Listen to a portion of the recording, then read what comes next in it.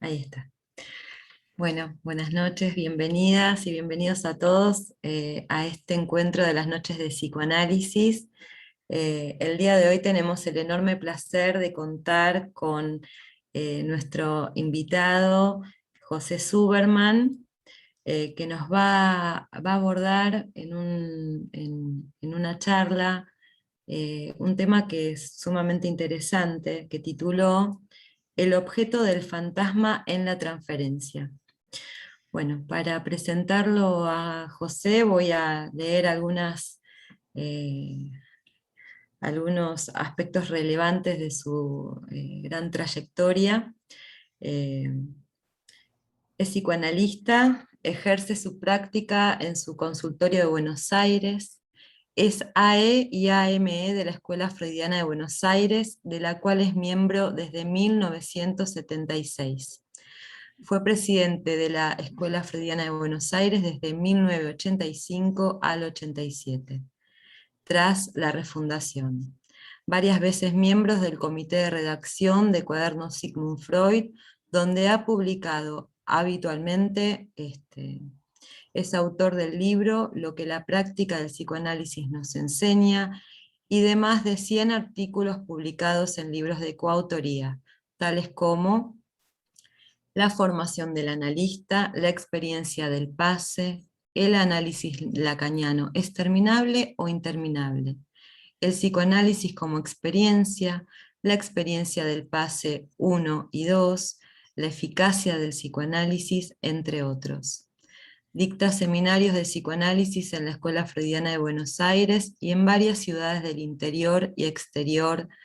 Desde hace 15 años aproximadamente lo hace en Porto Alegre, en Brasil, en la Clínica de Atendimiento Psicológico de la Universidad Federal de Río Grande do Sul, que publicó un libro titulado A Clínica Psicoanalítica.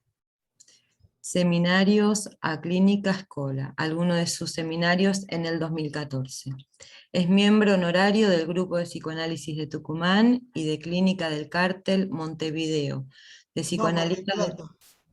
Ah, ok, de Mar del Plata, dice Movimiento de Psicoanálisis Mar del Plata, donde expone sus seminarios desde hace años hasta la fecha. Rosario, Bariloche, Montevideo, Santiago de Chile, Viña del Mar, Salvador de Bahía, Recife, Maceió, son otras ciudades donde fue invitado a transmitir sus trabajos psicoanalíticos. Ha participado de todas las convocatorias de las reuniones lacanoamericanas de psicoanálisis desde el año 1986. Fue corredactor de la convocatoria inicial. Ha sido miembro de los jurados de Pase y Cártel del Pase de la Escuela Freudiana de Buenos Aires, de la Escuela de Psicoanálisis Sigmund Freud, Rosario, y de la Escuela Freudiana de la Argentina. Participó y participa en los congresos y jornadas de convergencia Montevideo Lacaniano por el psicoanálisis freudiano y de sus grupos de trabajo. Bueno, desde el comité de la organización de las noches de psicoanálisis queremos agradecer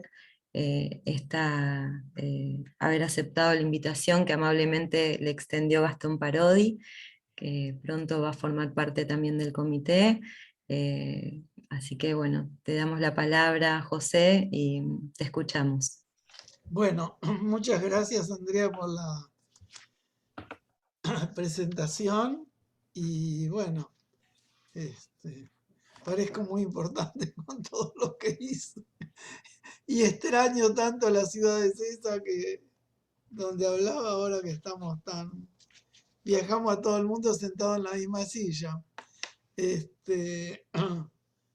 una risa, ¿viste? Porque un día a la mañana hablé en Vitoria, Brasil, a la tarde en Mar del Plata y después el jurado de Montevideo, de la Escuela Freudiana Montevideo, así que, pero siempre sentado en una silla.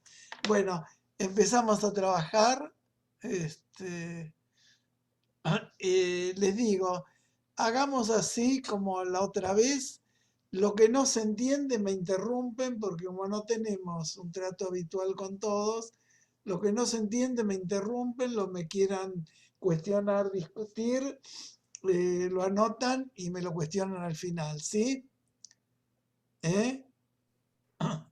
Bueno, Perfecto. bueno, la idea es la siguiente. Primero, definir fantasma, porque es importante registrar qué es el fantasma para nuestra clínica y ver cómo opera esto en la transferencia, ¿cierto?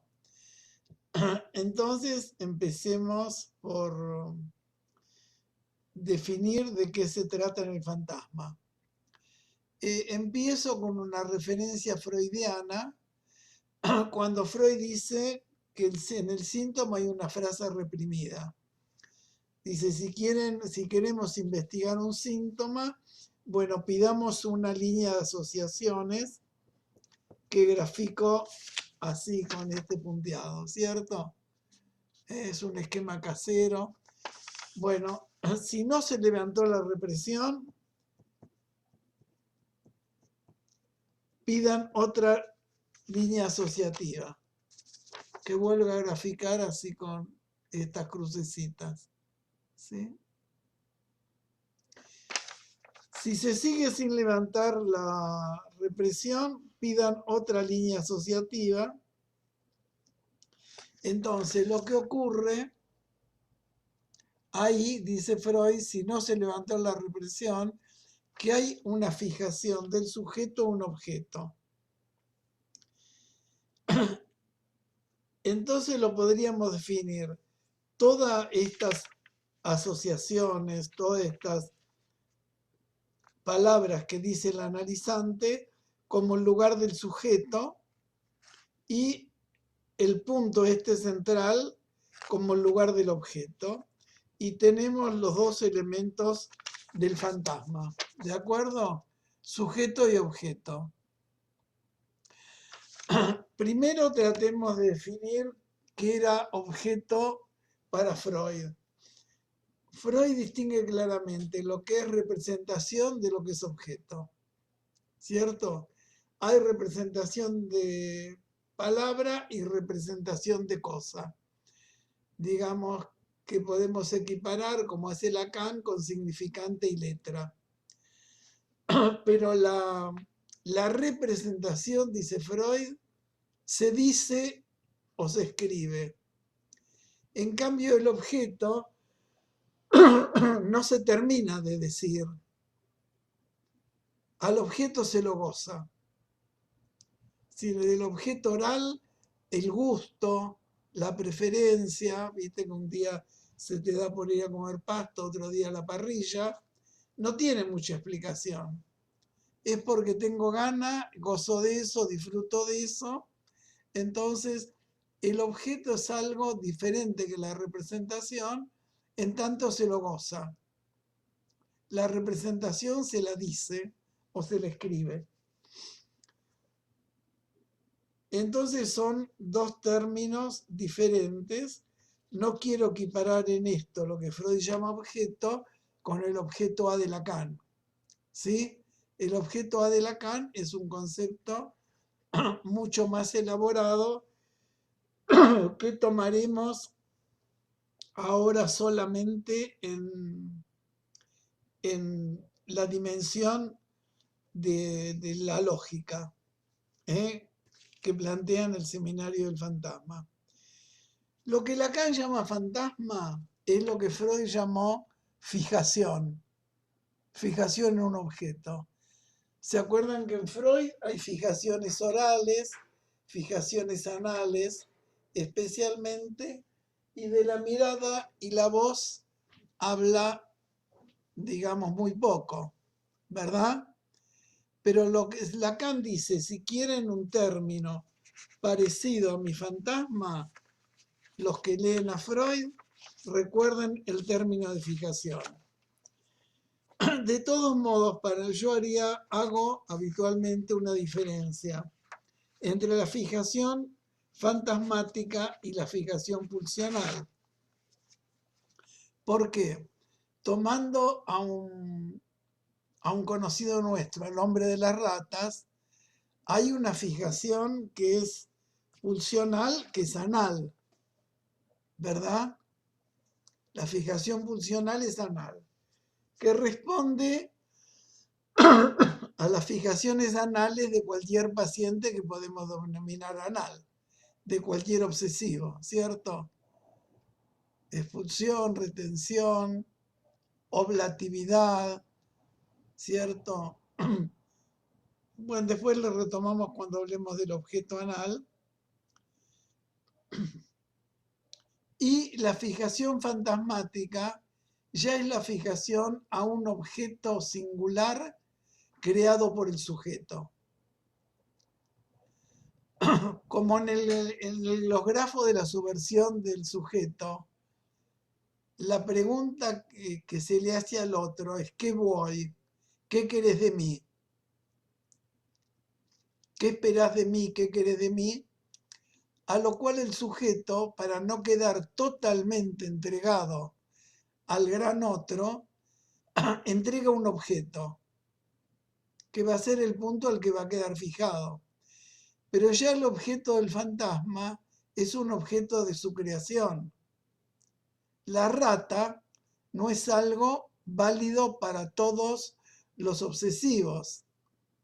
La fijación anal sí, la fijación pulsional vale para todos. La fijación fantasmática tiene su particularidad, que es una creación del sujeto. La fijación anal del hombre de los lobos no es una rata, es otra construcción. Eso es la neurosis obsesiva infantil.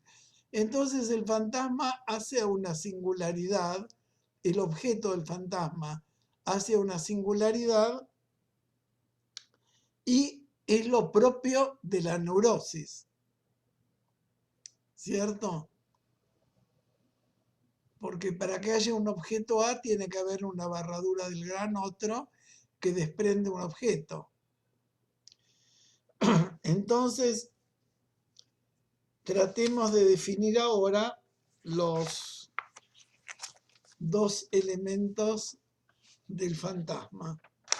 El sujeto, como dijimos, sujeto de la representación sería en Freud, sujeto del significante en Lacan.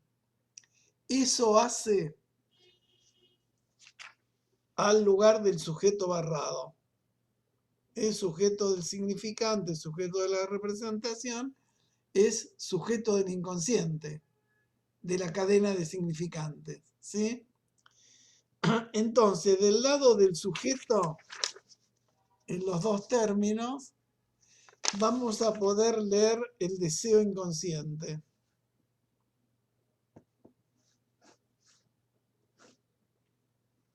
Y del lado del objeto, el estilo de goce.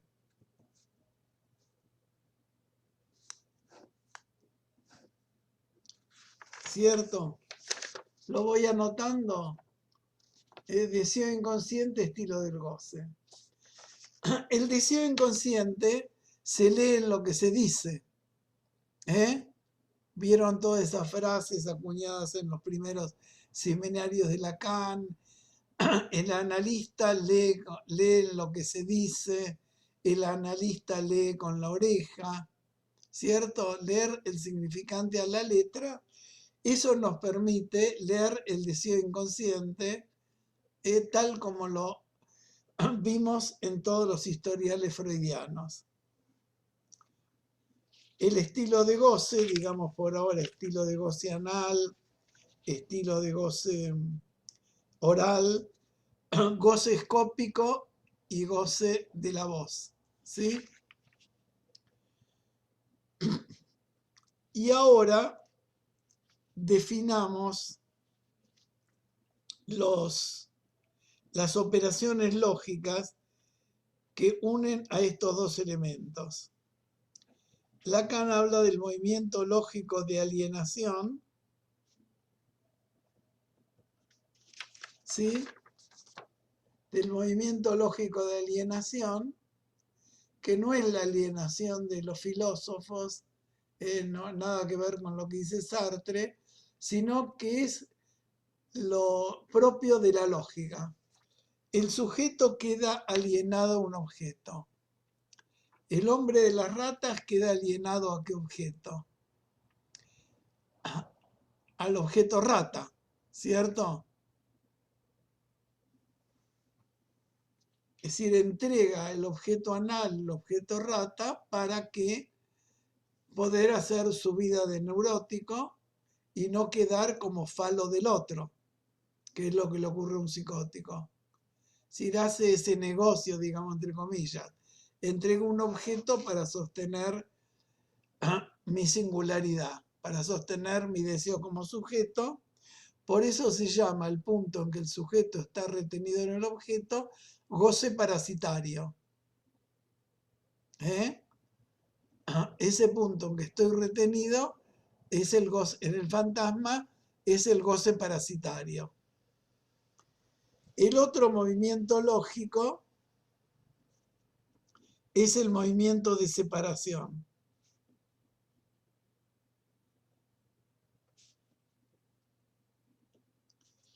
Es decir, si en la alienación al objeto quedamos mudos, en la separación retomamos la palabra como sujetos, ¿sí? Y por eso nos enteramos que el hombre de las ratas está fijado a la rata. Si fuese solamente movimiento de alienación, quedaría ahí mudo. Pero se recupera como sujeto para decir de sí, de lo que le molesta, de lo que le preocupa, y ahí podemos leer cuál es su punto de fijación. Entonces, estas dos operaciones lógicas es lo que luego sintetiza con el rombo, con el losange, como se dice. No sé por qué decimos losange, pero se dice losange como en francés, ¿no? Sujeto barrado, rombo de A. Porque losange es lo mismo que rombo, pero bueno, se acuñó que todos decimos losange, para que no vamos a poner revoltosos en ese sentido. ¿Eh? José, Sí, te quería preguntar, ¿goce parasitario se podría decir también goce del otro? sí, goce del otro, suponete, goce del otro es la idea de que el otro me goza. Goce del otro, digamos, tiene genitivo objetivo, es el otro me goza. Dios goza de mí, diría Schreber, en la máxima alienación al otro. Pero también es que yo gozo del otro, lo que le ocurre al psicótico, ¿verdad? Porque él va a ser el único que va a engendrar una nueva humanidad generada por Dios, solamente en su cuerpo, transformado en mujer por la voluntad divina.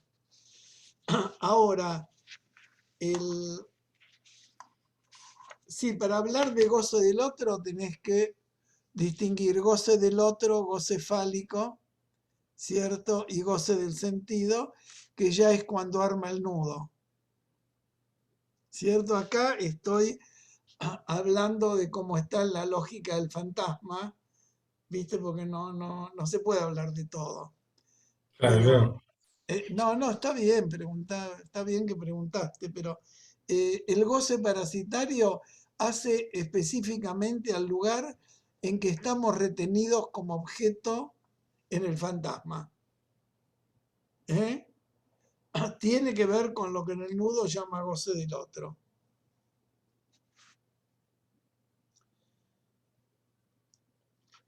Bueno, como del sujeto del significante se habla bastante, ¿cierto? Y tenemos idea por los historiales, Freud parece que las tuviese todas servidas, en Dora, ¿cómo era? Los juegos de palabra de el Verhoff, Bahnhof, Friedhof, ¿cierto? Que se dan en los sueños, Friedhof cementerios, Bahnhof estación, Verhoff vestíbulo, parece que las tiene servidas y tiene su oreja para escucharlo. Y entonces en eso estamos mucho más entrenados, en escuchar los lapsus, en escuchar las homofonías, ¿cierto? Entonces, por eso puse el objeto del fantasma en la transferencia, para hablar más del estilo de goce del sujeto, ir recorriendo cada uno de los objetos. Lacan tiene una frase que, así como dice que el deseo se lee la letra en lo que se dice, así dice tanto en el 8 como en la lógica del fantasma, el fantasma no se dice, se muestra. Es lo que quiero trabajar hoy, que no es lo que se escucha solamente, sino lo que el analizante muestra, y el analista, más que escuchar, registra en la escena de la transferencia. Voy a tratar de dar ejemplos clínicos, pero antes nombro todos los sujetos que recorremos. En el seminario de la angustia, en la última clase, arma este grafo en que pone los 5 objetos.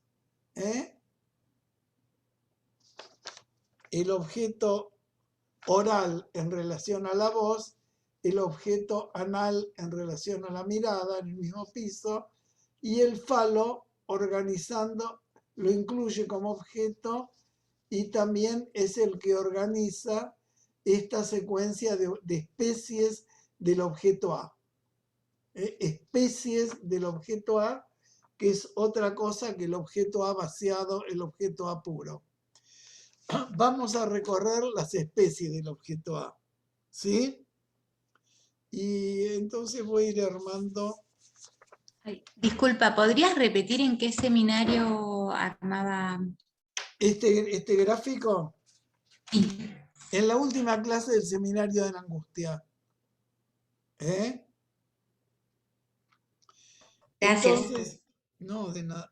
Empiezo por de las especies del objeto A, empiezo por el objeto oral. Ustedes me dirán por qué. Bueno, no es por una cronología, porque el bebé nace y toma la teta, sino porque el objeto oral, el fantasma oral, es el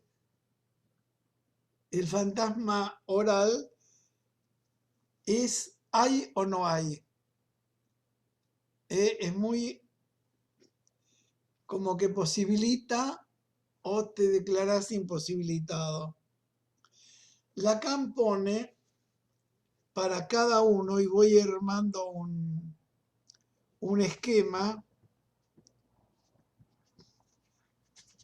punto de angustia y punto de demanda para cada especie del objeto A. ¿Sí?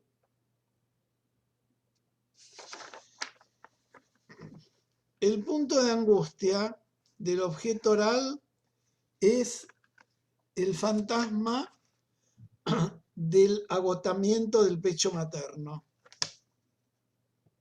Si quieren, escríbanlo ahí, fantasma del agotamiento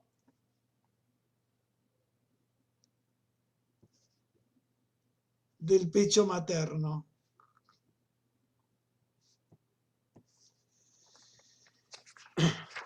No voy a dar los ejemplos de Lacan de Marguerite Duras, porque lo pueden leer en el seminario de él. Bueno, cuento primero algo de nuestra mitología y después doy ejemplos de la clínica. En unas vacaciones de invierno, cuando mis chicos eran chicos, hicimos un viaje a San Juan para pasar las vacaciones de invierno, muy lindo, y uno de los lugares por los que pasábamos era por el santuario de la difunta Correa.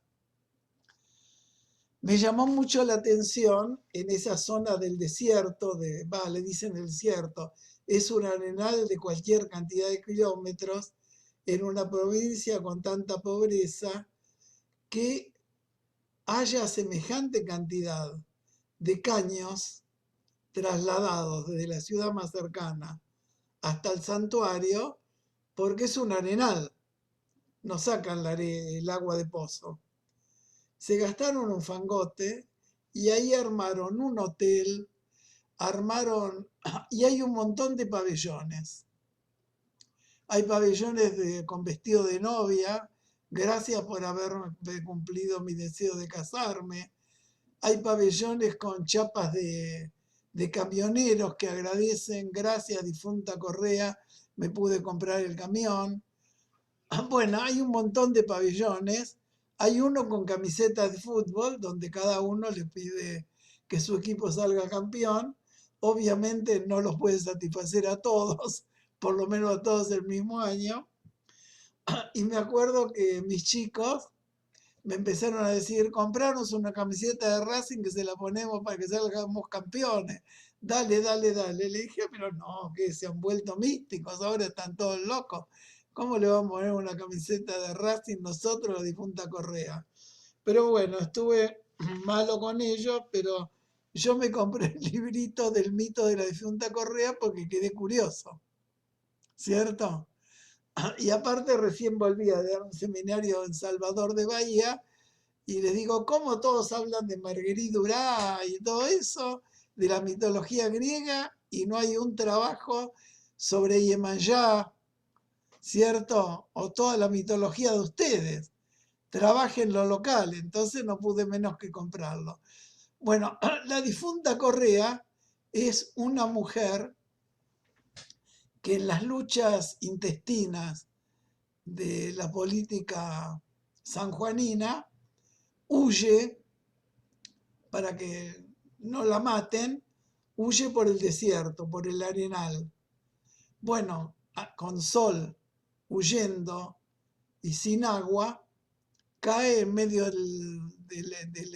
cae en medio de su corrida, ¿cierto? Y cuando llegan los soldados, también del mismo bando que perdió y se retiraba, encuentran que el bebé que ella tenía en brazos sigue vivo y mamando de la difunta Correa. Entonces, lo que yo entiendo que presentifica el mito de la difunta Correa es que se venció el fantasma del agotamiento del pecho materno. Después de muerta, seguía amamantando a su hijo. Es decir, todos han hecho algún viaje en coche por las rutas de la Argentina, vieron que hay un montón de qué sé yo, de estatuas dedicadas a la difunta Correa, donde los camioneros y la gente que cree en eso va dejando botellas de agua, ¿cierto? Porque todos sabemos que una mamá que toma 2 litros de agua, 3 litros de agua por día, y el bebé puede mamar, puede chupar del pezón, amamanta a su hijo. Si le ponen agua para que siga venciendo al fantasma del agotamiento del pecho materno. ¿Sí? No sé si lo transmití con claridad. ¿Eh? Bueno, este fantasma de que el pecho materno se agota,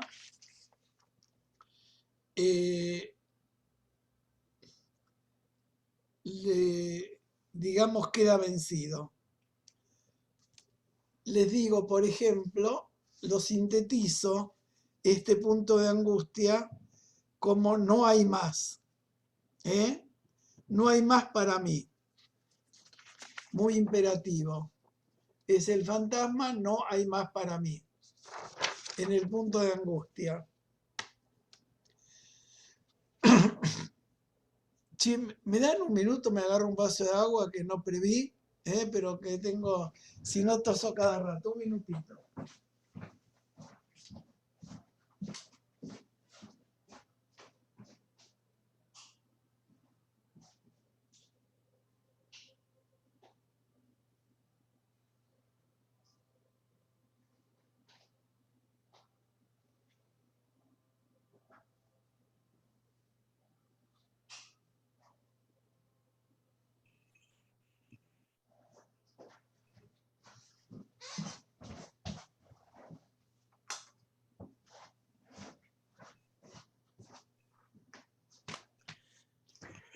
Acorde, José, con lo que venías hablando del agua. Sí, Interesante. sí, ya me No sé di cuenta. si lo habías pensado, ¿no? Pero bueno. No, no, para nada, además no Por pienso ahí, darle la teta a nadie.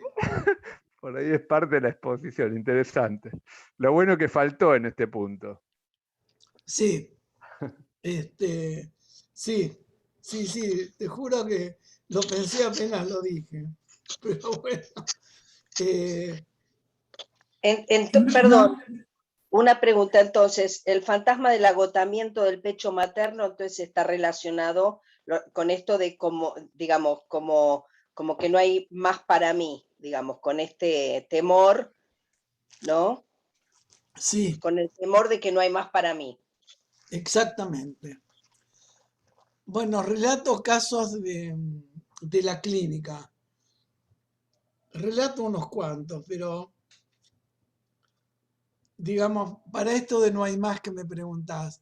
Me acuerdo una paciente había mejorado mucho en análisis, hacía siempre ataques de histeria, iba a las guardias y se lo resolvían, viste, apretando los ovarios, retorciendo un pecho.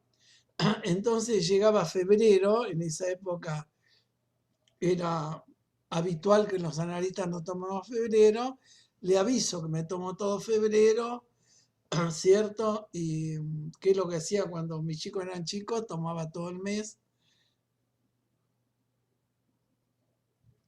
Y entonces me dice, ¿y ahora qué hago? Si no hay más analista, ¿qué hago? ¿Vuelvo a la guardia del Fernández? ¿Que me maltraten de nuevo después de todo lo que logré? ¿Cierto? Y estaba muy desesperada. Y bueno, yo no podía responder a la demanda de quedarme en febrero en Buenos Aires, me iba a ir, pero lo que resolví, además de dejarle el número de un psiquiatra por si necesitaba para que no vaya a la guardia, fue decirle, no es que no tenés más analista, no está. Cosa que nos permite el castellano, ¿cierto? No es que no hay más analistas. La diferencia entre en francés y en inglés lo podría decir porque no tienen serie estar, ¿cierto?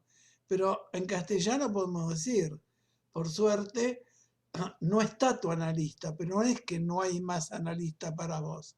Eso lo tranquilizó mucho. Una cosa es que no está y otra cosa es que no hay. No era el agotamiento absoluto del pecho materno, ¿sí?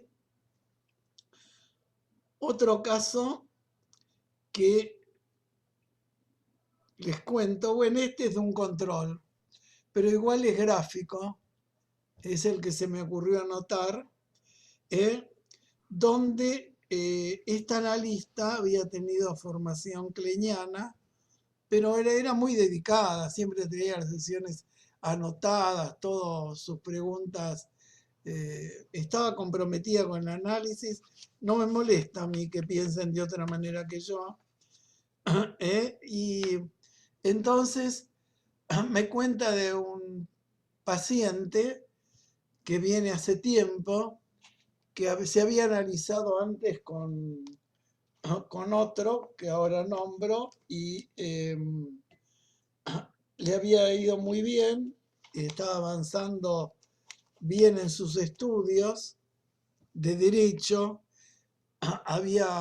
se había animado a hacer su iniciación sexual, tenía su tercer pareja, tenía ganas de casarse, andaba bien y de pronto le dice al analista que vio un aviso así de grande en el jueves de página 12, donde su exterapeuta iba a dar una conferencia. Y dice, debe ser un hombre muy importante. Debe ser un tipo muy importante, porque con semejante aviso, y dice, profesor titular de psicología médica, dice, capaz que yo no lo entendía, qué sé yo. Bueno, la analista, ni corta ni perezosa, le dice, con esto que dice, usted está desvalorizando todo el trabajo que usted y yo hicimos en análisis durante estos años. Bueno, tenía formación kleiniana, viene a la siguiente supervisión y me dice, ahora se la agarró con que en vez de gastar en análisis, va a gastar en homeopatía porque resolvió muchas cosas en análisis, pero no puede resolver su dermatitis, ¿cierto? Entonces que va a gastar la plata en un homeópata. Esta le vuelve a decir lo mismo. Usted está desvalorizando todo el trabajo que usted y yo hicimos acá todos estos años.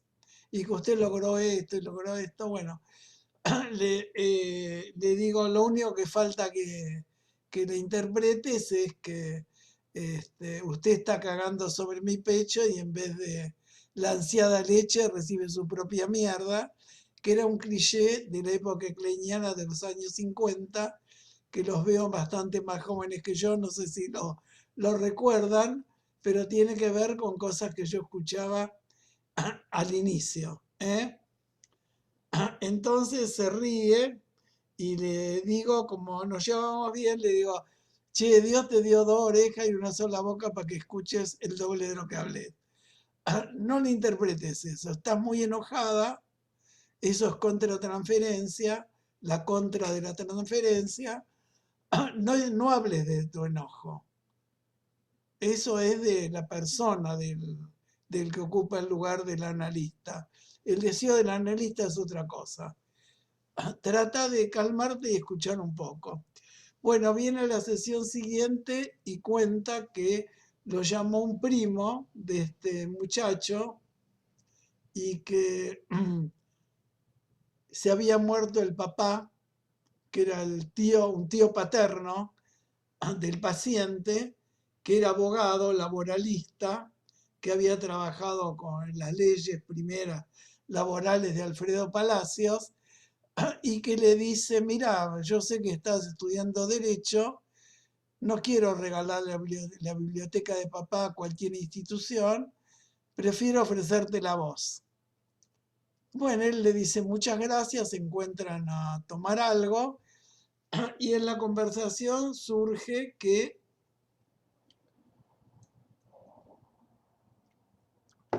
le dice este primo, che, lo que era tu vieja cuando éramos chicos, íbamos con mi viejo a buscarte a vos y a tu papá a la casa de ustedes y aparecía tu mamá y decía, pero con este frío lo vas a llevar a la cancha.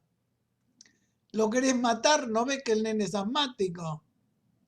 Si íbamos en verano, decía, con este calor lo vas a llevar a la cancha. Se va a deshidratar, pobrecito, y es asmático. Bueno, y la cuestión que terminabas no yendo. Entonces, cuando me cuenta esto, le digo, mirá qué claro lo que te cuenta. Está buscando un acceso al gran hombre, que el padre, ¿cierto? Que visualizó en ese profesor. No se trata de una cuestión racional de decirle que el profesor ese no era un gran hombre, porque eso es una opinión mía, por ejemplo, o de esa analista. Pero bueno, el hombre ganó un concurso, qué sé yo, profesor titular de psicología médica, digamos, era un hombre importante y como tal lo nombró. Entonces, lo que trabajamos es que ella, con toda su buena voluntad, encarnaba en la transferencia a la madre del paciente, ¿cierto? Que se lo tragaba, ¿sí? Es decir, no lo dejaba ir a la cancha, ni lo dejaba acceder al gran hombre. Entonces, lo primero que les quiero señalar es que el fantasma se lee en la escena de la transferencia. Por eso Lacan dice, no se dice, se muestra.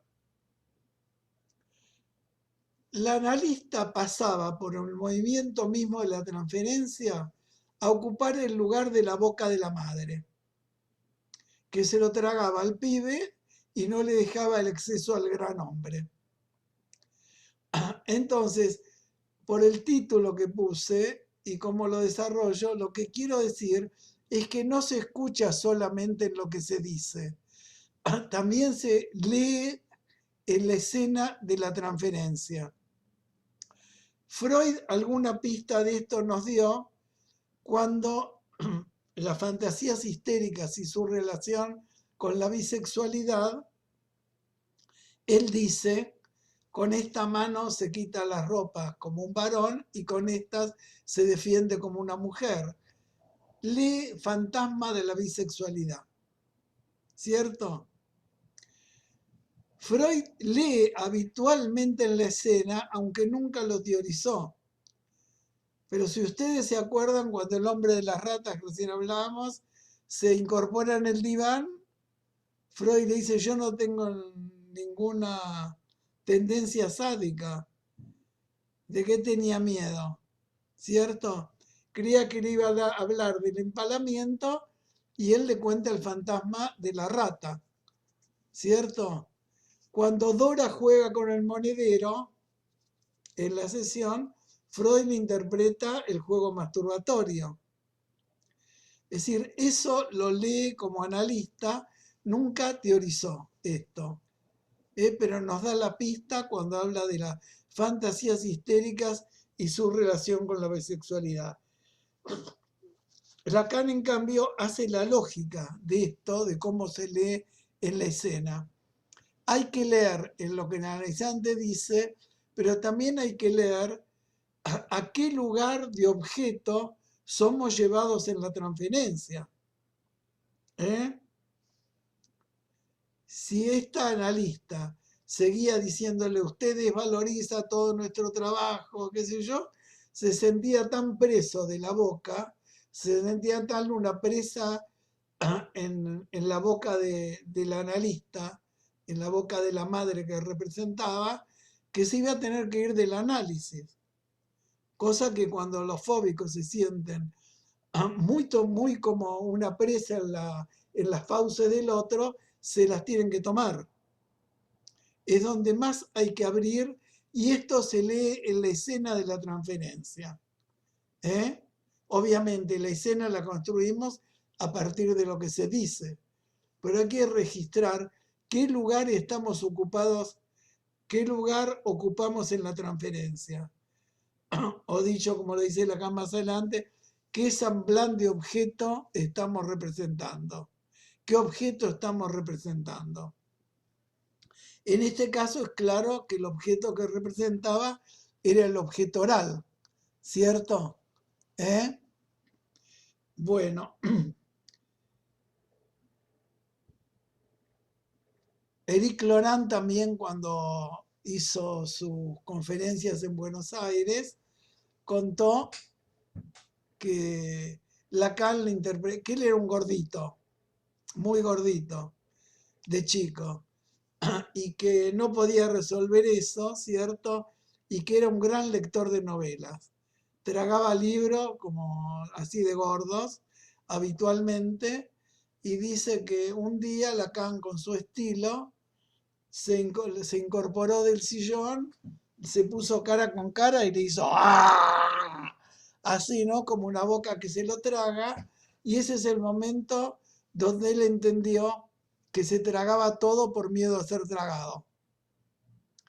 ¿Verdad? Es el estilo de Lacan, ¿cierto? Nadie está obligado a imitarlo, como él decía. Se puede hacer, se lo puede decir en palabras, que tiene miedo de ser tragado por el otro. Bueno, cada uno lo hace a su manera. No hay que imitar a nadie. Sí, después Laurent dice que desde entonces no leo más novelas, elijo leer cuentos breves. Lo siento por él. De eso Lacan no tiene la culpa. Pero resolvió algo de su fantasma. Vieron, ahora no es un gordito que se traga todo. Bueno, para ir avanzando. En el punto de demanda, Lacan dice que en el objeto oral hay una demanda activa. Bueno, digo algo más de esto del fantasma oral para que no aparezca como que la oralidad, como se describe en la psicología evolutiva, les digo, una histérica que le dice no hay más hombres para mí, porque los que no son putos están casados, es un fantasma oral. ¿Cómo no va a haber hombres, no va a haber más hombres para ella? ¿Cierto? Sale a la calle, está siempre la calle de tipos buscando minas, ¿verdad? Pero cuando ella dice no hay más hombres para mí, es un fantasma oral. O un paciente que del año 2001 que decía que se quedó sin trabajo, era bancario y lo rajaron y me dijo que quería suspender el análisis porque era un tipo muy correcto, muy decente y no podía pagarlo más, se quedó sin laburo. ¿Hasta cuándo me va a durar la indemnización? Tenía 3 hijos. Bueno, le dije que no podía dejar, que ya iba a conseguir trabajo, que ya iba a tener dinero, si seguíamos trabajando y recuperaba después de este cimbronazo todo lo que hemos trabajado. Entonces le dije que ya iba a poder pagar. Vieron que con un paciente se puede decir esto, con otro ni se te ocurre, te dice no puedo pagar, bueno, ¿qué vamos a hacer? Yo también vivo de mi trabajo. Pero este paciente trabajó un tiempo y en análisis, bueno, consiguió un laburo menos prestigioso, era adicionista de un restaurante en las horas del almuerzo y de la cena, pero tuvo sus ingresos, pudo mantener la vivienda que había comprado, criar a los hijos, sostener el análisis, fue pagando todas sus deudas bien. Pero digo, no porque esté hablando de plata, no tengo más plata, es un fantasma anal. No hay más para mí, es un fantasma oral, aunque hable de plata o aunque hable de tipos. ¿Se entiende? Porque volví para aclarar esto. Bueno, entonces, el punto de angustia, dice Lacan, está en el lugar siempre del otro. No hay más para mí del lado del otro. El punto de demanda está del lado del sujeto, ¿sí? Que demanda activamente.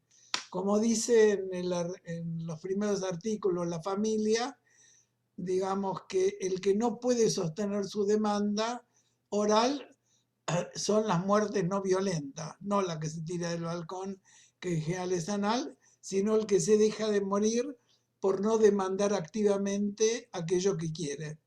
El que demanda pecho puede ser un poco cargoso, pero no se muere. ¿Sí? Bueno, paso al objeto anal. Acá la cuestión se invierte. El punto de angustia queda del lado del sujeto y el punto de demanda queda del lado del otro. ¿Ok? ¿Qué es que el punto de angustia queda del lado del sujeto? Bueno, lo sintetizo con la pregunta, ¿podré darlo? ¿Cierto? Los que son analistas de niños habrán tenido casos de chicos que hacen un bolo fecal que no van de cuerpo, ¿cierto? Es decir, porque, bueno, es toda una operación poder, digamos, todo lo que elaboré con mis jugos gástricos, con los restos de mi comida y demás, poder dársela a un otro. Primero, implica un tiempo en que se reconoce sujeto y otro. Como decía Arminda Verasturi, sienten al chico en la pelela cuando en la plaza, jugando con arena mojada, pasa la arena de un balde al otro. Ahí ya hay uno y otro, ¿verdad? Ahí ya lo pueden sentar en la pelela. Antes es una exigencia demasiado superyoica. Entonces está el sujeto que le da al otro en el terreno de la oblatividad, ¿cierto? Dame tu caquita, te doy un aplauso, te doy un besito, te felicito. La oblatividad viene de la palabra latina oblata, Vieron que al cura no se le paga sueldo, honorario, se le paga una oblata, que es algo material por algo espiritual, que es la misa. Entonces, dame un besito, te doy mi caquita. Es la operación que ocurre habitualmente en la analidad, ¿cierto? Bueno, todos nosotros los psi hicimos con nuestros hijos todas esas pavadas que, digamos, a veces resultan, digamos que bravo, bravo, hiciste caquita, ahora la vamos a despedir, la pasamos de la pelela al inodoro, tiramos, apretamos el botón, decirle chau a la caca. Bueno, qué sé yo, nos las creemos como que eso está bueno, pero qué sé yo, puede andar o puede no andar, no es receta. Entonces el punto de angustia del sujeto es poder darlo. Perdón, Digamos, no escuché, no se escuchó. ¿Qué decías el punto? el punto de angustia queda del lado del sujeto que se pregunta, ¿podré darlo? Ah, podré ¿Cierto? dar. Claro. Entonces, sí, si doy tantos ejemplos, me parece que no vamos a llegar. Bueno, digo rápidamente, el control de esfínteres no es una cuestión biológica, ¿eh? Todos nosotros, antes de un examen, recordando la facultad, hemos ido a hacer pis 15 veces cuando no es ninguna necesidad biológica, ¿verdad? O antes de un examen, alguna vez alguien se cagó de miedo, no solamente de palabra, ¿verdad? Sino que tuvo que ir al baño. Entonces, en los momentos de gran susto, se pierde el control de esfínteres, ¿sí? O hay otros momentos en que no se puede largar y se retiene indefinidamente, ¿sí?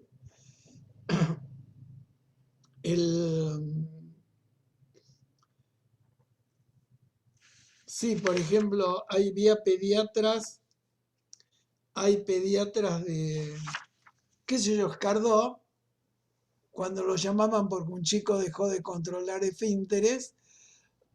Bueno, era la época que los pediatras iban a la casa, se sentaban una hora, conversaban con la familia, no como ahora que, digamos, la concentración del capital obliga a los médicos a atender 10 minutos a cada paciente, si no, no pueden vivir. Bueno, se sentaba y decía, ¿y qué pasó? ¿Por qué dejó de controlar esfínteres?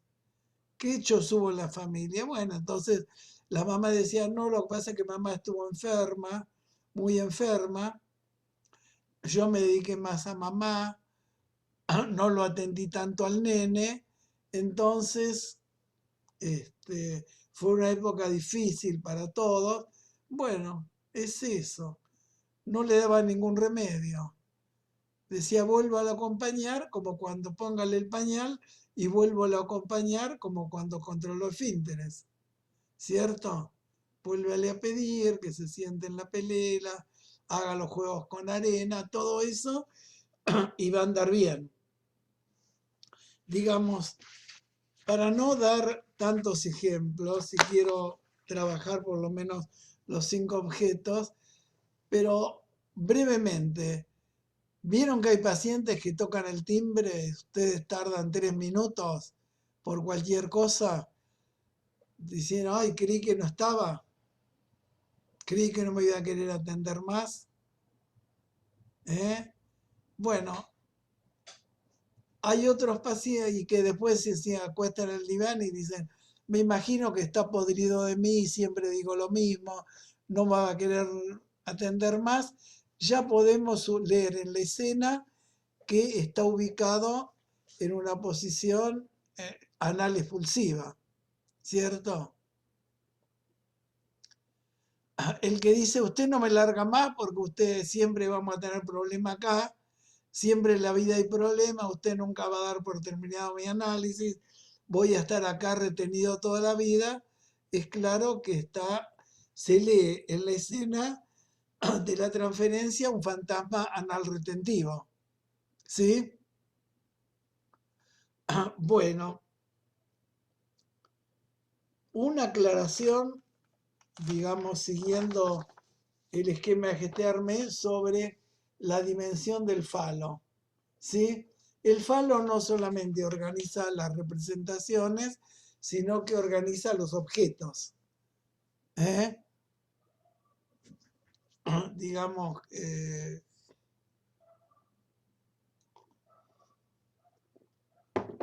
organiza el orden de los objetos.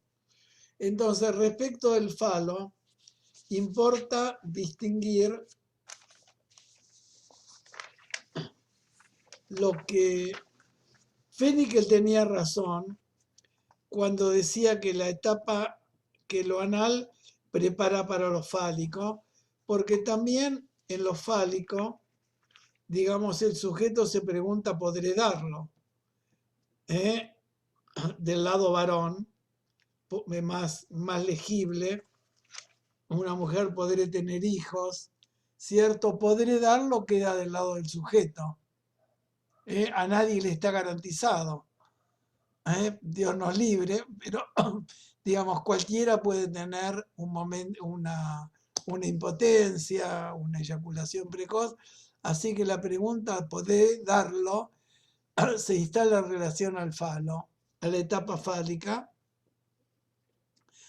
Y del anal no dije el punto de demanda, viene del otro, porque es una demanda de normatividad,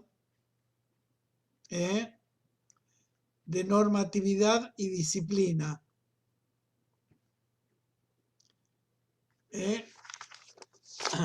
Caca se hace en el baño. Comer se come en la mesa del comedor. Eso es toda una norma que viene impuesta desde el otro y que comienza con la analidad.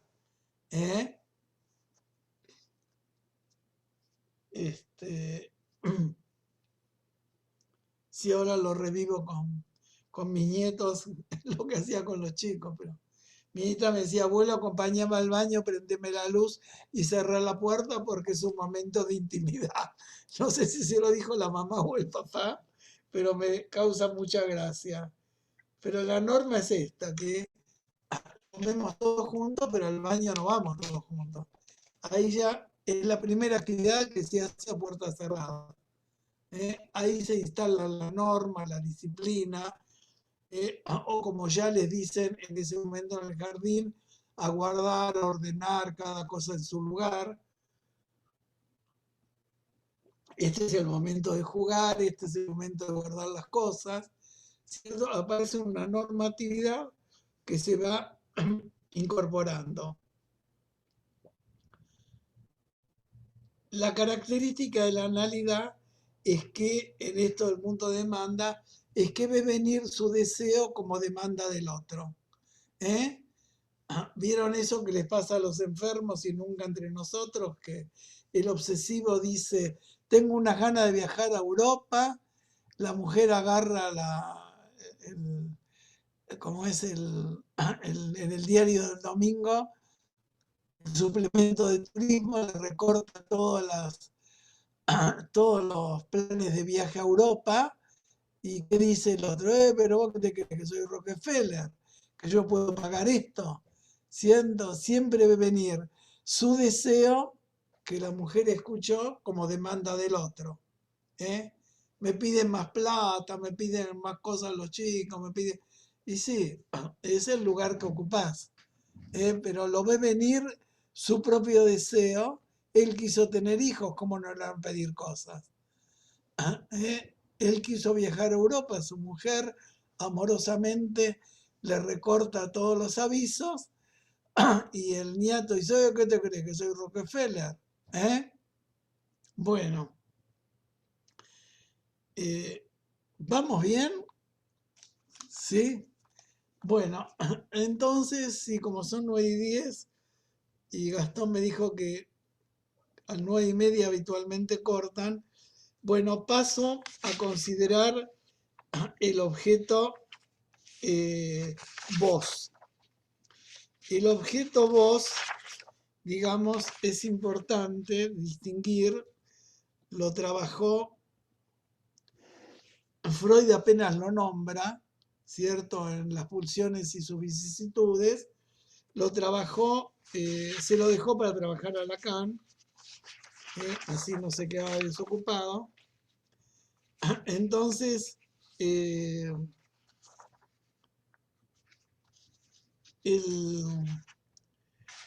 objeto voz, Lacan dice que el punto de angustia y el punto de demanda coinciden, pero no se confunden del lado del sujeto. Es decir, tanto como cuando emito mi voz, como cuando escucho, eso vibra de mi lado, del lado del sujeto. Entonces, el objeto voz no es lo mismo que el objeto oral. Freud dice que la fonía de Dora tiene que ver con la oralidad, pero no es así. Con la oralidad tendría que ver si se le duermen los labios, si le duerme la lengua, o tiene cosquilleos en la encía, pero la falta de la fonía es una falta del objeto voz. Dora se queda sin voz, sin poder hablar, que es otra cosa, la voz que el objeto oral. ¿Sí? Entonces, Lacan lo trabaja mucho con el shofar. El shofar es el cuerno de carnero que se toca en las ceremonias judías con el Día del Perdón, el Día de Año Nuevo o en ocasiones muy solemnes, y tiene un ruido, ¿cierto? Bueno, como soplar un cuerno de carnero. Los post-freudianos decían que tenía que ver con el falo. Lacan dice que de ninguna manera, que no tiene nada que ver con la forma. Lo que dice es lo siguiente: los judíos, lo único sagrado que tienen es el libro, la Biblia, la Torá. Y cada día leen otro capítulo, ¿cierto? Solamente en ocasiones muy solemnes hacen soplar el shofar.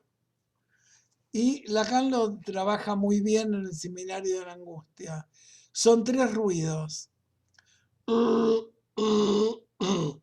El más solemne, digamos, es el del medio, que todos los religiosos se emocionan muchísimo cuando escuchan el shofar. Yo fui a verlo después de leerlo, de paso saludaba a un tío mío que era religioso, pero no me pasó nada de eso. Registré la emoción de la gente, pero no me llegó. Pero la cuestión es la siguiente: todos los días leen las Sagradas Escrituras. Leen, abacándose, pero el shofar son 3 ruidos. El primer ruido es el que el pueblo de Israel le pregunta a Dios: ¿seguís siendo nuestro Dios? ¿Seguimos siendo el pueblo elegido? El segundo momento es cuando Dios contesta, lo confirma que sí, y el tercero es cuando le agradecen. Obviamente que sé que les contesta que sí, si no se queda sin laburo. Dios, no, si le dicen no son más el pueblo elegido, se rajan toda la sinagoga. Es parte de un ritual, pero que los emociona, porque lo que dicen los exégetas, los que estudian estos temas, es que ese ruido son los mismos ruidos que escuchó Moisés, que nunca le vio la cara a Dios, pero sí escuchó su voz como truenos, ¿cierto?, que le entregaban las tablas de la ley. Ese ruido es el mismo. Entonces, la voz de Dios es un objeto que por lo tanto conmueve de otra manera que la palabra. todos los días leen la palabra de Dios.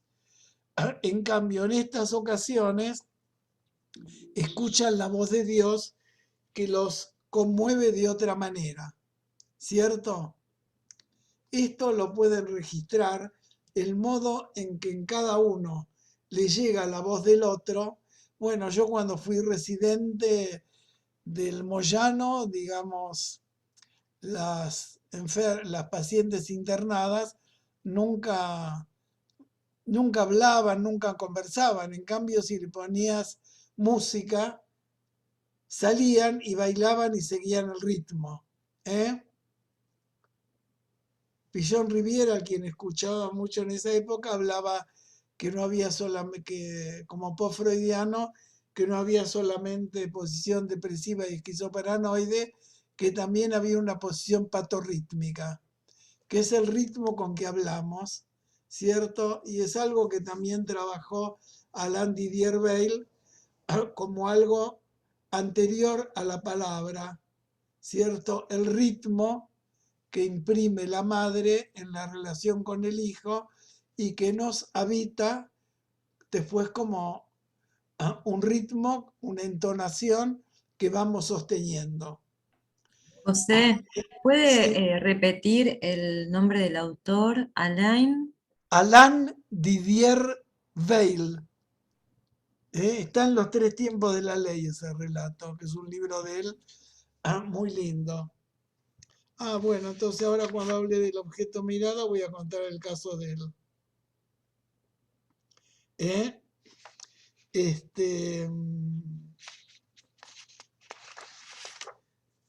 Porque Lacan trabaja mucho la cuestión del super-yo con la voz, ¿cierto? Si se acuerdan del grafo 2, por acá, a lo mejor lo tengo. En el grafo, ven, en el grafo dice, entra significante, sale voz. ¿Qué quiere decir? Viene a propósito, se los digo con un caso. Había una adolescente joven que, como todos, obedecemos la voz del super yo sin enterarnos que la obedecemos. Entonces la mamá le decía, nena, anda a cuidar a la abuela que está enferma. Ella cumplía, iba a ver a la abuela que estaba enferma y la cuidaba. Pero empieza análisis y bueno, se había perdido un parcial del CBC por cuidar a la abuela. Entonces eso le enojaba un poco. Entonces, bueno, en ese momento le digo, escúchame, a vos te va a tocar cuidar a tu mamá. A la abuela sos la nieta, la cuidas cuando tenés ganas, no es tu obligación. Tu obligación va a ser cuidar a tu mamá. Dice, uy, es muy importante porque ahora viene el cumpleaños de 15. Ella había dado años libres, qué sé yo, pero tenía el cumpleaños de 15 de una amiga muy querida, un poquito menor que ella, y y tenía idea que la madre le iba a decir que se quede a cuidar a la abuela.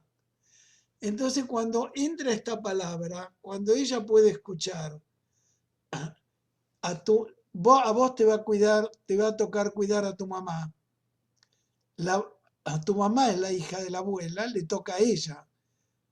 Entonces, cuando le entra esa palabra, se pierde la voz del super yo y deja de obedecerlo automáticamente.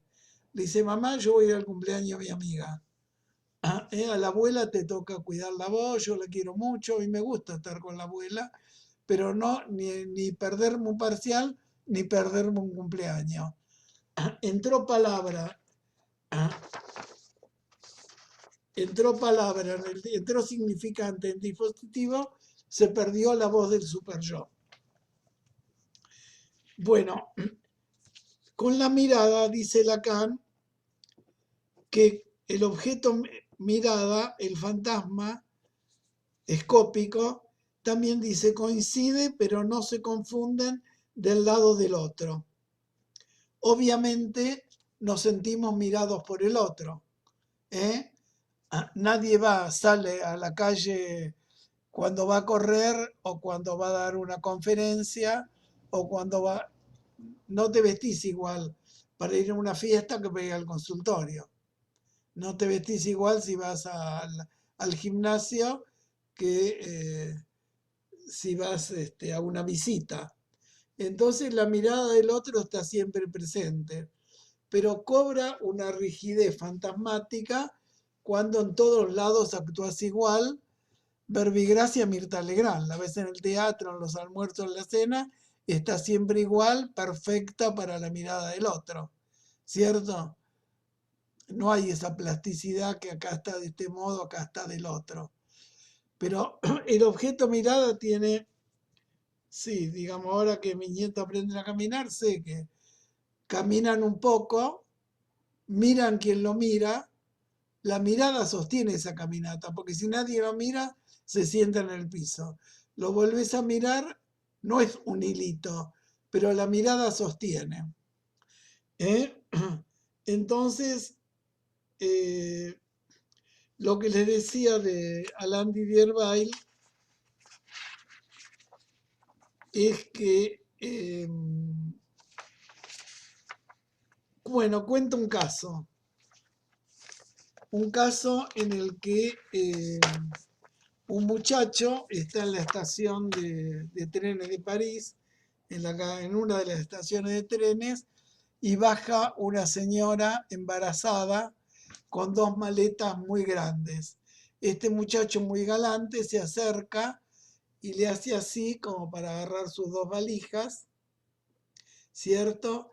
Y le dice, vous êtes très abracé. En vez de decirle usted está muy embarazada, le dice usted está muy abrazada.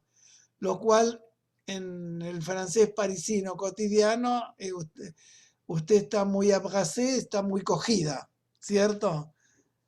Entonces la mujer le da una mirada muy violenta, ¿cierto? Y este muchacho se desmaya. Lo que dice que Alain Didier-Weil, que el objeto mirada es un objeto A cuando cae, ¿cierto? Cualquier chica lo registró, que alguien le está mirando en el bar, siente la mirada del otro, mira, retira la mirada, el otro la vuelve a mirar, vuelve a sentir la mirada y empieza un juego de miradas que terminará como terminará. Pero es una mirada que cae. En cambio, la mirada del super yo es una mirada que se sostiene, que no cae, es como la voz del super yo. A mí me parece interesante porque este trabajo de Alain me parece muy interesante porque cualquiera conoce una tía de esas que tiene una mirada que te fulmina, o una directora de escuela, o alguna profesora del secundario que tenía esas miradas que te dejaban petrificado y no podías pensar más. Entonces este muchacho se desmaya, lo llevan al hospital, no tiene nada, le dicen que está bien, más o menos como los que tienen ataque de pánico, y pide análisis, y acá es donde Alain trabaja esta situación de este muchacho en relación a una mirada que deviene superyoica cuando el objeto mirada no cae, se sostiene sin caer. Entonces ahí ya no es el objeto mirada, sino que es vehículo del superyo. Entonces, coinciden pero no se confunden del lado del otro, digamos, tanto cuando me siento mirado como cuando miro, estoy mirando al otro o me siento mirado por el otro, que no es lo mismo que ocurre con la voz, que la siento vibrar de mi lado. ¿Qué sé yo?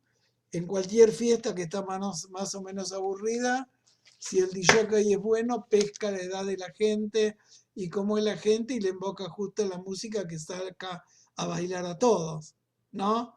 Eso lo mueve adentro de uno, ¿sí? Es decir, hay músicas y música.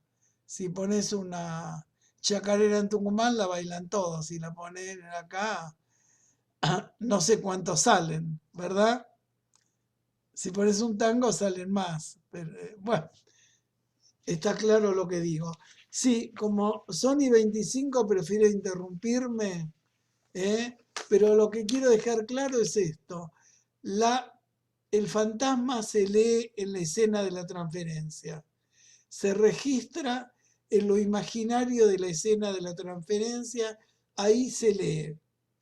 Para lo cual hay que leer, digamos, hay que estar atento a qué objeto del fantasma estamos representando, estamos semblanteando.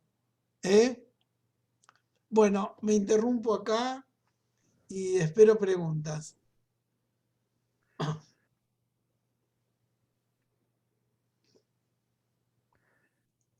Es interesante, José, esta cuestión que planteas de cómo pensar eso que el analizante trae, ¿no? Donde un poco con los ejemplos, con los casos que traes, ilustran un poco algo ahí de la puesta en juego del fantasma, no de esa cuestión de la fijeza del fantasma, ¿no? Pues es interesante esta pregunta de cómo pensar, porque es cómo se muestra el fantasma, algo de la construcción, pensar el fin de análisis, no el atravesamiento y etcétera.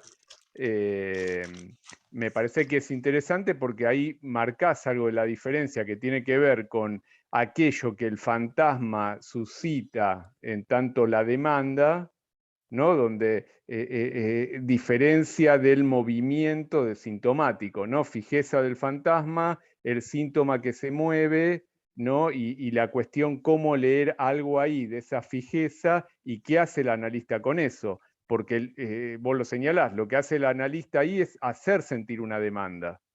Digo, Sí. porque el síntoma no le es tan extraño al sujeto, no siente tanta extrañeza con el síntoma como la siente con el fantasma, ¿no? Pues ahí hace algo nacer algo de una demanda, pero el fantasma es más complicado. Por eso es interesante esto, cómo el analista hace sentir ahí una demanda con eso que el paciente por ahí, al serle tan extraño, no llega a poder dar cuenta, ¿no? Me parece Sí, interesante. exactamente. Por eso Lacan, una de las hipótesis de fin de análisis es el atravesamiento del fantasma o la travesía del fantasma, ¿no? Digamos que ahí se recupera el goce parasitario para poner todo esa libido en línea con el deseo. Tal cual. Este muchacho que contaba del fantasma oral, bueno, se recibe de abogado cuando recibe esta biblioteca del primo, se olvidó del gran hombre, del profesor, del homeópata, se olvidó de todo. Empezó a trabajar en línea la, con la, digamos, con esto de venir un laboralista, eligió la especialidad como abogado, se casó al poco tiempo y usó toda su libido, digamos, que tenía retenida, sintiéndose una presa del otro, en construir su lugar como abogado laboralista. Eso fue atravesar el fantasma. Es un momento extraño, digamos, qué sé yo, tanto cuando terminé mi análisis como en los jurados que estuve, todo el mundo que atraviesa el fantasma lo vive como un momento muy extraño. En mi caso era que nunca había estado de mañana en un parque, porque primaria de mañana, secundaria, universidad, residencia, nunca había estado un día de semana en un parque. Bueno, terminé la residencia abajo de mi consultorio a Plaza Francia y bueno, me encuentro un mundo desconocido. Es decir, las mucamas paseando a los chiquitos o las niñeras paseando a los chiquitos. Era una sensación de extrañeza que, bueno, en este momento les parecerá una tontería, pero para mí era un mundo extraño. Se me abría algo no reconocido. Cada cual lo vive de otra manera, ¿no? Están para leer los casos de los que han... José, ¿qué Sí, tal? Buenas noches. Sí, me pareció, bueno, primero gracias, la verdad que nos has dejado referencias clínicas sobre todo, ¿no? En el punto de qué hacer con la puesta en acto del fantasma en la transferencia. Vos nos decías y nos orientabas en un punto a no responder con la contratransferencia y poder hacer una lectura de eso y qué lugar vamos a ocupar en la transferencia, porque si podemos, decíamos, situar algo del fantasma, vamos a poder pensar por dónde ir, ¿no? Pensaba con esto del obsesivo que vos decías, cómo hace todo un vericueto para ese deseo, hacerlo pasar por el otro y que sea después una demanda, quede degradado, el deseo en una demanda. Entonces, Sí, si nosotros le decimos, usted tiene que venir, no meternos en ese circuito que sabemos que vamos a ir a quedar demandando, ¿no? Como el otro se hace demandar. Entonces me exacto. parece que es una orientación clínica muy precisa la que vos nos das para entender qué lugar podemos ocupar en la transferencia, ¿no? Sí, Frente a ese fantasma que se despliega en esa puesta en acto, ¿no? No caer en eso respondiendo contratransferencialmente, sino poder hacer una lectura y saber qué lugar ocupamos. sí. Me parecía... Bueno, me alegro que lo que me decís me dice que transmití lo que quería transmitir, ¿no? Registrar del lado de la lista qué objeto está haciendo San Blas, de qué objeto está haciendo San Blas. Es fundamental cuando los análisis avanzan. ¿Eh? También puede ser al revés, no es siempre del síntoma al fantasma, como la famosa conferencia de Miller, ¿cierto? Ah, viene una anoréxica y te muestra primero el fantasma. Soy piel y hueso, soy toda tuya mamá, cuanto más muerta, más tuya, porque ya no tengo voluntad propia. Bueno, esto hay que leerlo de entrada y hacer de esto un síntoma, Mm. que pueda preguntarse por qué fui a parar a este lugar, que prefiero morirme para mostrarle a mi vieja que no me dejó lugar de independencia, que construir mi lugar de independencia. Es decir, a veces hay casos en que vamos del fantasma a ser un síntoma, o en las caracteropatías, ¿no? Tratamos de construir una pregunta en el lugar donde nos dicen, soy así, ¿qué le voy a hacer? ¿Eh? Bueno, Muy bien. otra pregunta.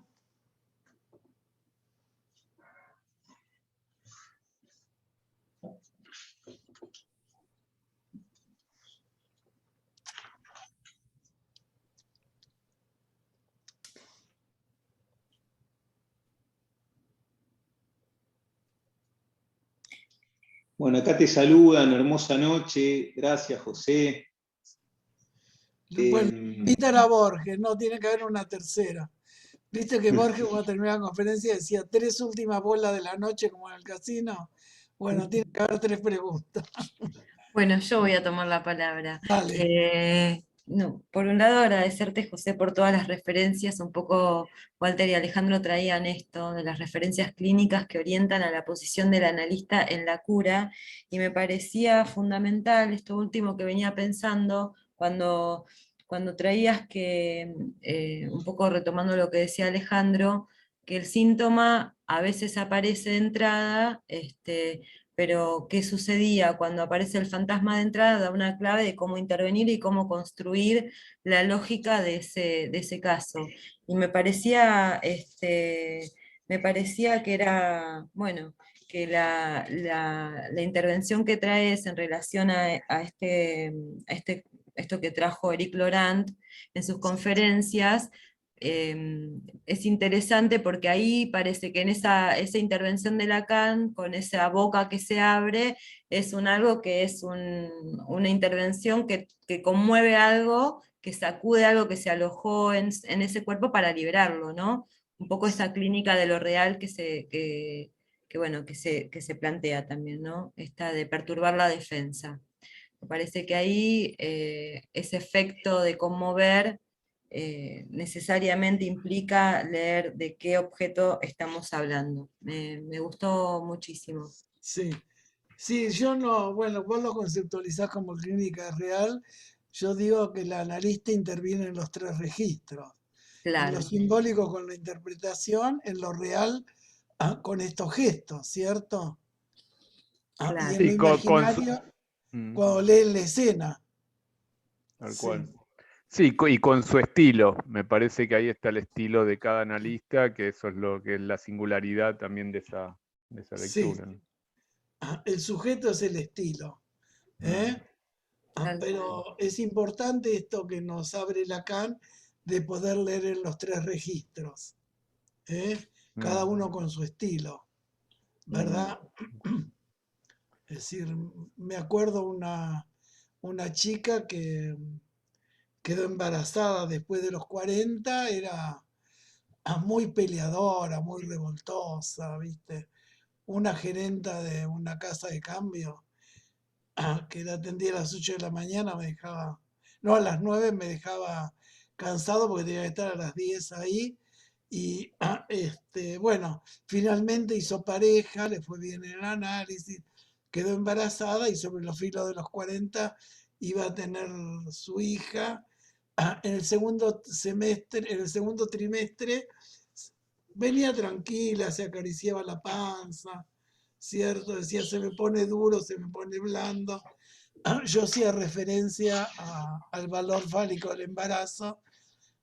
Estaba como cualquier adolescente, como cualquier puber que dice, se me pone duro, se me pone blando.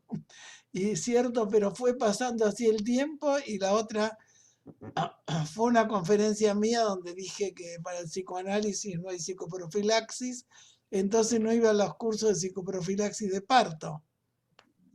Yo no le podía decir vaya porque ocupo el mismo lugar superyoico. Hasta que un día, la verdad que me alarmé porque a la edad que tenía ya todas las amigas habían tenido chicos, ninguna le decía, hace esto, hace lo otro, anda a comprarte un camisón para cuando vengan la visita, la ropita para el bebé que iban a hacer. Entonces a la salida le digo, escúcheme la próxima sesión, porque una intervención en lo real, la próxima sesión puede ser acá, en su casa o en la maternidad, según lo necesite. ¿De acuerdo? Entonces, estaba seguro de esa intervención porque no era un prejuicio mío, que después de 9 meses viene el parto. El asunto que ya estaba tan contenta con su falo que no, bueno, vino a la otra sesión hecho una furia. ¿Qué quiere? ¿Ver dónde vivo? ¿Quiere ver dónde me interno? ¿Si me aumenta? ¿Qué quiere saber? ¿Por qué me dice eso? Si no vengo, no vengo. Y si vengo, vengo. Bueno, la cuestión que empezó a venir todos los días y para sorpresa mía y de la obstetra tuvo un parto por vía baja. Se pudo desprender de su bebé y le fue bastante bien en la crianza, ¿no? Cosa que no esperaba para sus 41 años de primeriza. Pero bueno, eso es una intervención en lo real como ejemplo. Bueno, Bueno, muchas gracias, José. Excelente Muchísimas noche. gracias. bueno, Nos podemos agradezcanle. desmutear y nos Gracias, despedimos José. con un Sí, aplauso para José. Gracias, Muchas José. Hasta la gracias. próxima. los aplaudo a ustedes también. Agradezcanle a Gastón que fue el que me eligió el tema. Gracias, Gastón. Muchísimas gracias. Buenas noches. Hola, Muy Gracias, bien. Gastón. Adiós. Sí, muchas Un gustazo. gracias. Muy Gracias, lindo. muchas bueno gracias. verte. Gracias. Muy Muy clara interesante. muy clara la exposición. Gracias. Sí, Muchas gracias. gracias.